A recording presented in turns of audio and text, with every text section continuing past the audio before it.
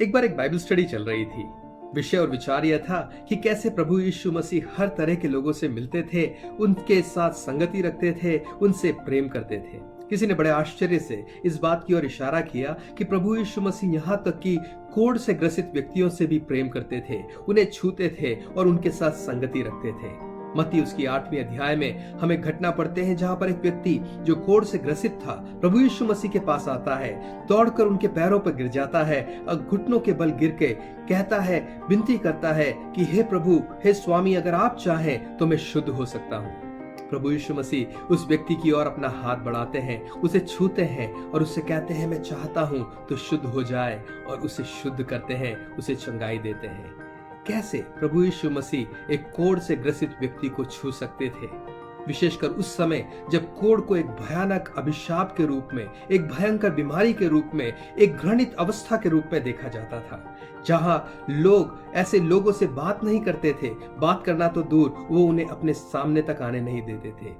किसी ने पूछा, प्रभु यीशु मसीह को क्या इस बीमारी से डर नहीं लगता था? क्या उसके घावों को देखकर उन्हें घिन नहीं आती थी? क्या ऐसे व्यक्ति से प्रभु यीशु मसीह को घृणा नहीं आती थी? इस पर उस बाइबल स्टडी में किसी ने ऐसे इस सवाल का जवाब देने की कोशिश करी और कहा कि क्या तुम नहीं जानते, प्रभु यीशु मसीह परमेश्वर स्वयं थे, वो परमेश्वर के पुत्र थे, उन्हें ये बीमारी तो क्या, किसी भी बीमारी से डरने की क्या जरूरत थी? उन्हें इससे कोई फर्क नहीं पड़ रहा था, इसीलिए वो किसी को भी छू सकते थे।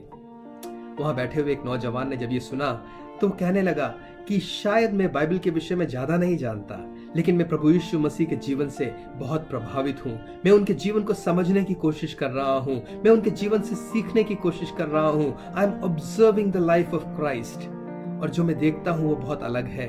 जो मैं सोच रहा हूं, जो मैं सीख रहा हूं, जो मुझे दिख रहा है वो बहुत अलग है, क्योंकि सुसमाचार के पन्नों में जो चित्र और जो चरित्र प्रभु यीशु मसीह का मुझे दिखता है वो प्रेम से भरा हुआ है। मुझे लगता है कि प्रभु यीशु मसीह अपने सामने बैठे हुए उस व्यक्ति को प्रेम कर रहे थे, इस कदर प्रेम कर रहे थे कि उस प्रेम के कारण वो तैयार थे, उन्हें यह मंजूर था कि अगर उन्हें उस बीमारी को भी अपने ऊपर लेना पड़े, अगर उस बीमारी से भी होकर जाना पड़े, अगर उस अभिशाप से भी होकर जाना पड़े, तो प्रभु यीशु मसीह उस प्रेम की खातिर उसके लिए तैयार थे। मेरे प्रियो, ये आपकी और मेरी तस्वीर है। हम उस घृणित अवस्था में थे, अपने पाप और अपराधों में हम उस भयंकर अभिशाप के अधीन थे, लेकिन प्रभु यीशु मसीह ने आपके ऊपर और मेरे ऊपर एक अद्भुत प्रेम की दृष्टि की। उसने अपने प्रेम से आपको और मुझे देखा। दूसरा कुरिन्थियों 5वीं अध्याय उसके 21वें पद में लिखा है, जो पाप से अज्ञात था परमेश्वर ने उसे आपके लिए और मेरे लिए पाप ठहरा दिया, ताकि हम उसकी धार्मिकता को अपना सकें।